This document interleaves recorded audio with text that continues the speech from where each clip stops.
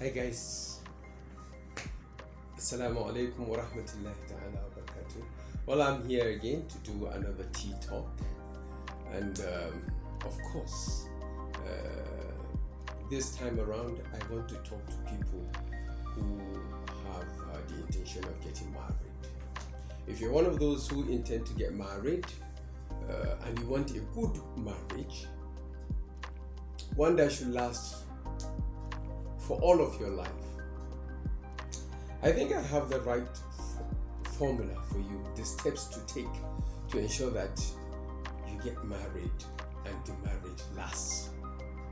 I'm sure everybody wants to get married, not just to make it a temporary thing, but to essentially make it a permanent one, so that at the end of the day, the person will end up counting the years. Like myself, I've been married for the last 28 years now to my first wife, and for 14 years to my second wife. And we've been consistently together, God willing. And I won't say happily ever after, but definitely we've been able to survive a lot of the challenges, a lot of the things that usually would come to create chaos and crisis in any relationship, especially in marriage relationship. Now, one of the fundamental things that you should be aware of is the fact that when you are getting married, take cognizance of the fact that the first 90 days of your marriage is very, very crucial. The first 90 days is very, very important, because in that first 90 days, you get to find out essentially all about your partner. Whether the person has been pretending, hiding, trying to camouflage, whatever it is the person is, his true or her true color will manifest when you go through the first 90 days. Now, that first 90 days is very important. I've written a poem about that first 90 days in which I explain everything virtually that needs to be taken into consideration. If the person is clean, health-wise, body-wise, environment-wise, you will get to find out. If the person is unclean, unkempt, you will get to find out. If the person is a liar, you will get to find out. If the person is caring, you will get to find out. If the person is selfish, if the person is abusive, if the person is fake, there are so many things that you get to find out eventually if you end up marrying the person. Because a person can pretend for quite a while. Coming to you for courtship and doing so many things that will please you. The person will ensure that he does not do or she does not do things that will appall you, so that you get pissed off, you get disenchanted, you start becoming discouraged about getting married to the person, So every time you're coming, or she is coming, or you are meeting, the partner will do all the best, all that he or she can, to ensure that the finest character is displayed by him or her. Now, when that happens, you don't get to find out. The actual drama is when you start living together. You live together for 1 month, 2 months, 3 months. I can assure you that whoever you are, there is no way you can keep hiding your true personality and character. Yes, your true personality and character must manifest and be shown and be displayed, so that all the hidden pretexts will become things of the open, things so glaring, so obvious, that there is simply no way you can deny the fact that this is the true you, right? Whether you are a good lover, that will show. You are a good cook, that will also show. Whether you how do I say, caring for, respectful for family members, considerate for friends and others. Whether you are good with your faith, your religion, you are a person who prays the khams salawat, 5 times a day. That will show. If you know your deen, your religion, it will also show, because there are so many things associated with living with a man or a woman that religiously will demand the fact that you demonstrate knowledge of what you are involved with. The moment you start doing things that are not in conformity, in tandem with your faith, with your religion, what do you think will happen? That person will definitely know that, you mean you don't know how to take ghusl, spiritual bath, after making love and stuff like that? Because it's also okay. Sometimes the person might enter the toilet and just take a bath and come out, or the person might come to pray. Because there was an instance, I saw one young woman praying in someone's office. Wallahi, I was shocked. She did take all the trouble, dressed up properly like a sound normal Muslim woman, and she wanted to pray because time was like running out for her to do her Asr prayer. I was in the office and she was waiting for the person to come in, and all of a sudden she quickly got up. I believe she had her ablution, and then she got up and she now started the kabra and started praying. And believe me, I could not believe what I saw. She did as prayer. Well, I couldn't hold it back, and I said, after she was through, I said, "Excuse me, I just saw you pray." She said yes, and I said, "Is that how you pray?" She kept quiet and was looking at me. I said, "Look, you have to go and learn how to pray. Go find that book, Sifat Salat al-Nabi, how the Prophet Sallallahu Alaihi Wasallam prays, and then study it closely and practice it very closely too until you learn how to pray." Because what you just did right now was not prayer. So, let me not digress too much. So, if you live with your wife or with your husband, there are so many things you're going to end up finding out. So many things you're going to end up finding out. Now, if you should find out all these things, what becomes of you? You have already committed yourself so deeply that what else is there to hide from your partner? The person has seen you naked and has seen you, hear you snore when you sleep. And so many other things. The person has witnessed you as you truly are. You wake up in the morning with saliva or the drool, of your sleep. And there are so many things that are associated with being married to somebody. And at the end of the day, your true color, your true self, your true personality emerges. And now, when that happens, be rest assured that there is nothing else you can hide. The true fact about you will come to fore. Everybody will know between the two of you. So no more pretexts. If the person has been borrowing cars to come to your to do courtship, during your courtship, if he's been borrowing clothes, big gowns, the sorrows, if he's been borrowing money, to come and court you and stuff like that, and you are wooed, you are overwhelmed, you are so impressed, so wallahi, at the end of the day, you get to discover that all those things are not real.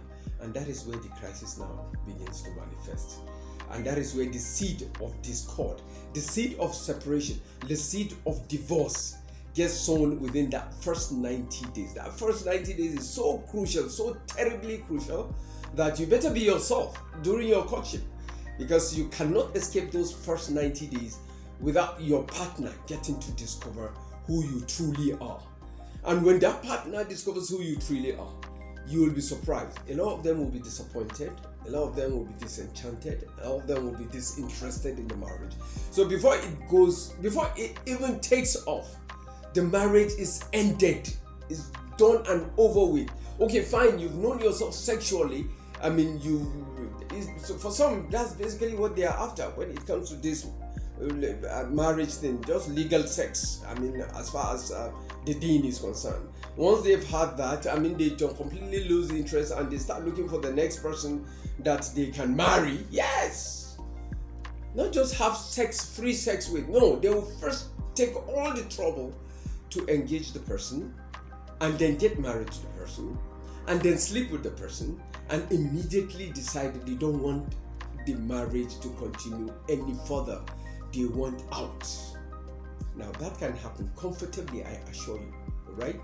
But outside that first 90 days, if you are able to succeed and survive that first 90 days, because I assure you, even if you survive it, and that discord seed has been sown in those 90 days, it will start germinating and grow until it destroys the marriage.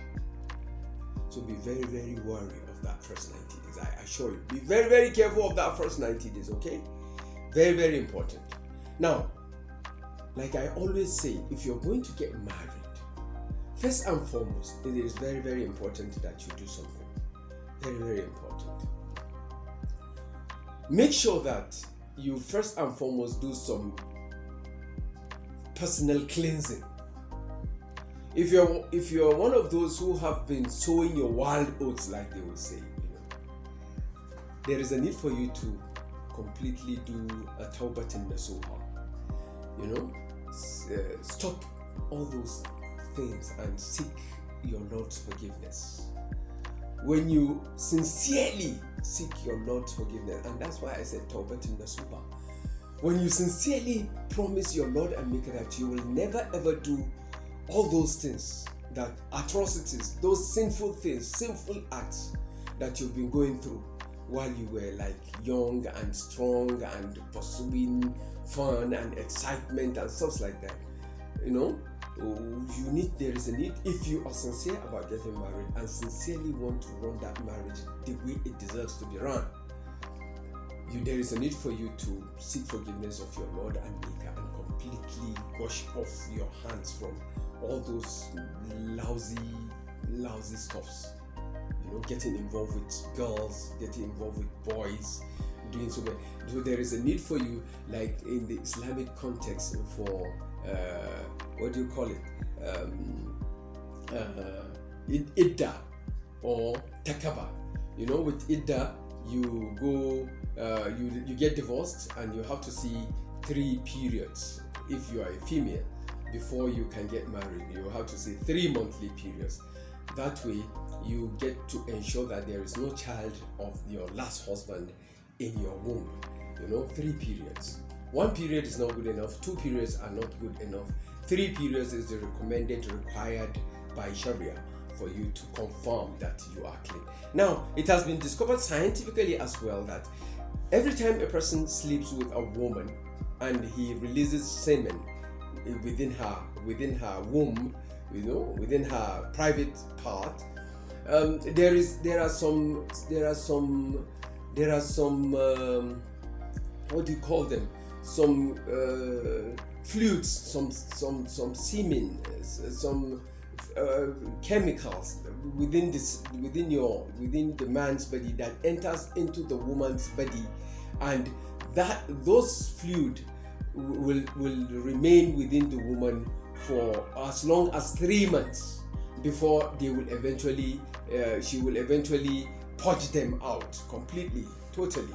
After 3 months, she's as good as clean enough to now take on another man. And that has been discovered also, that same fluid has been discovered also to make a husband look like a wife, or a wife look like a husband, so that after a while of marriage they start looking alike, the man and the woman. For me personally, let me just give you let me tell you something. When I was much younger, I was not quite as good looking as I people are saying I do look now, but And that's the nice thing about marrying beautiful women, you know. Very, very nice thing about marrying beautiful women.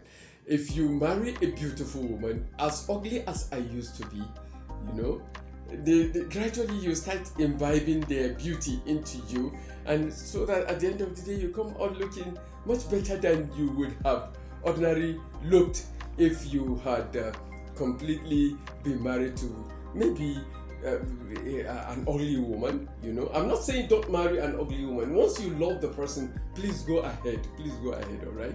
And for the woman, if she's ugly, if the husband is handsome, she also gets to start transforming into a beautiful woman. So it's a vice versa thing. So I'm not trying to like what's that word?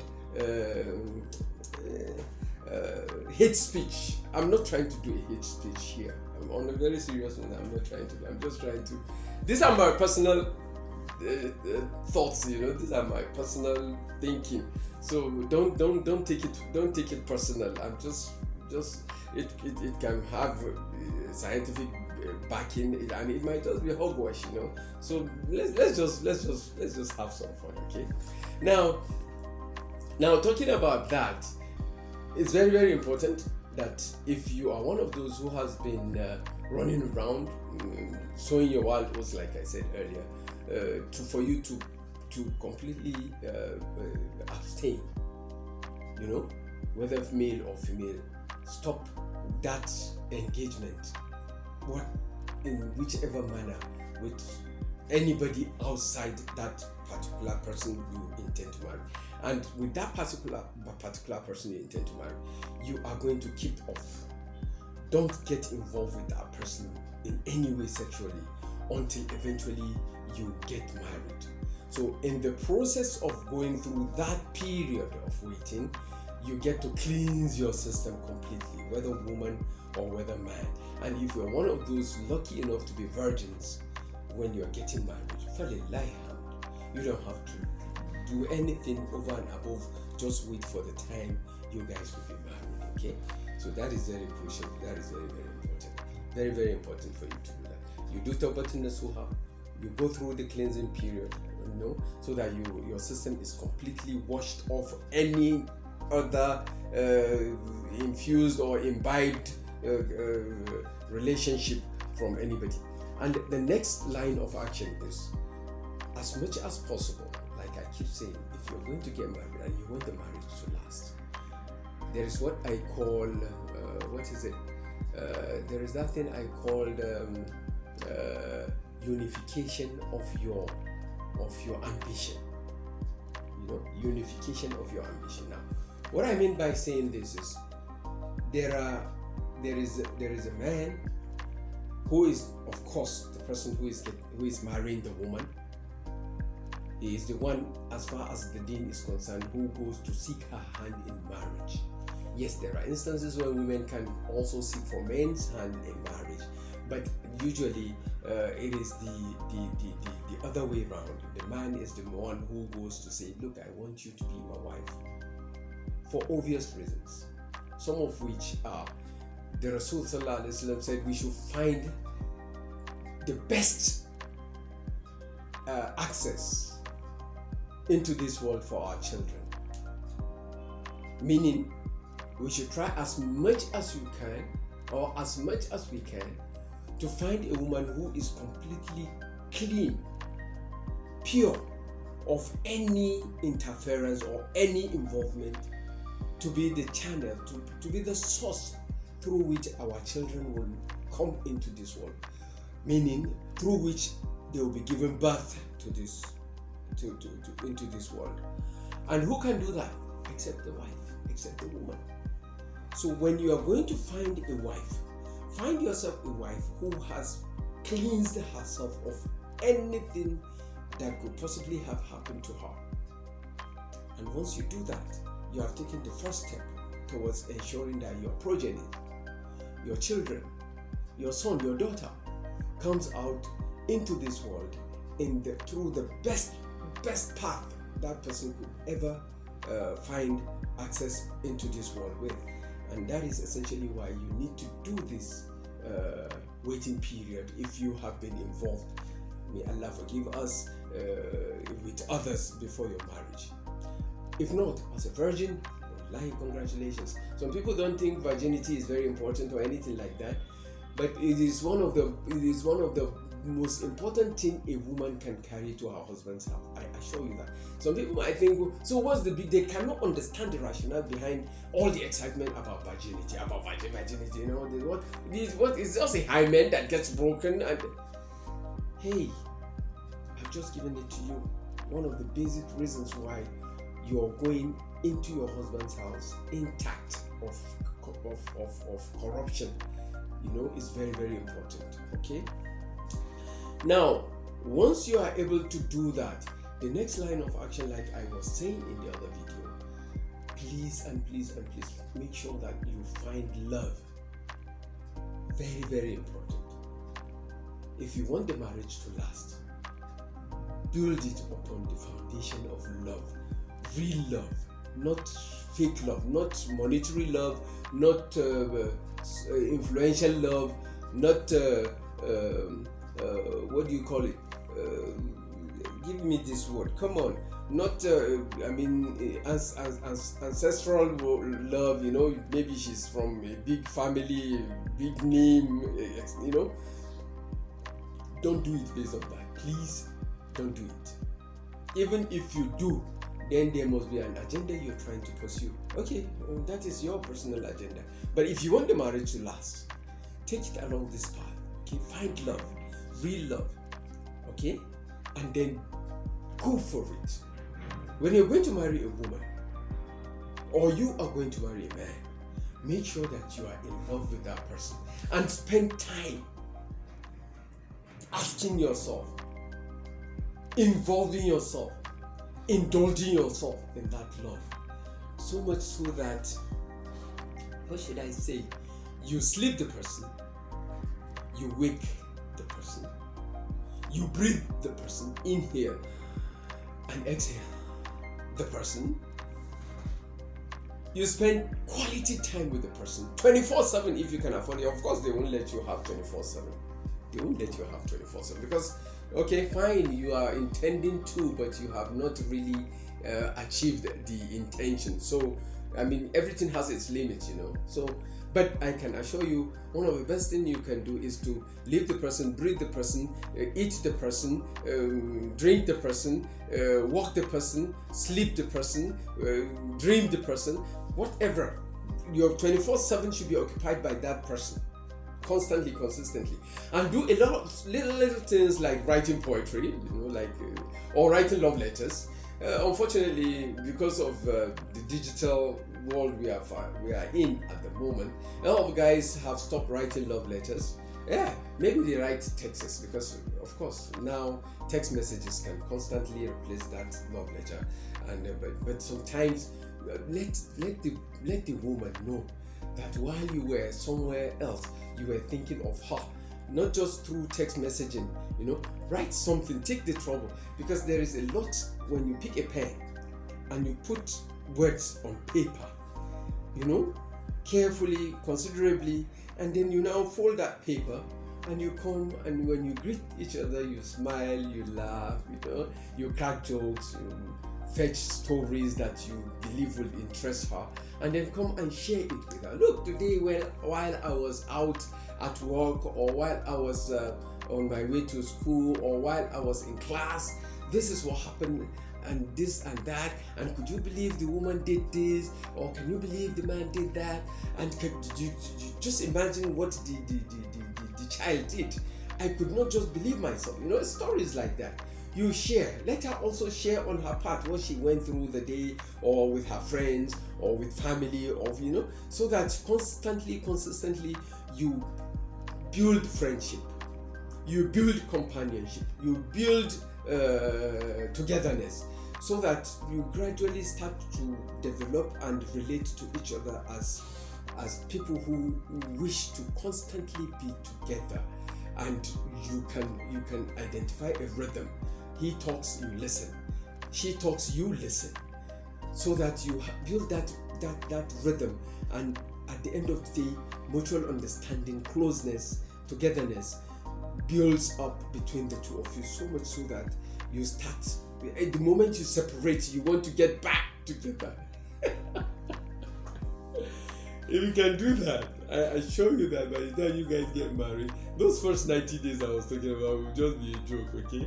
You will pass through it without even realizing the first 3 months have gone by, because you have so much consolidated on the friendship you've started building, the bridge you've created between yourself, for emotions, for concern, for care, for friendship, for everything.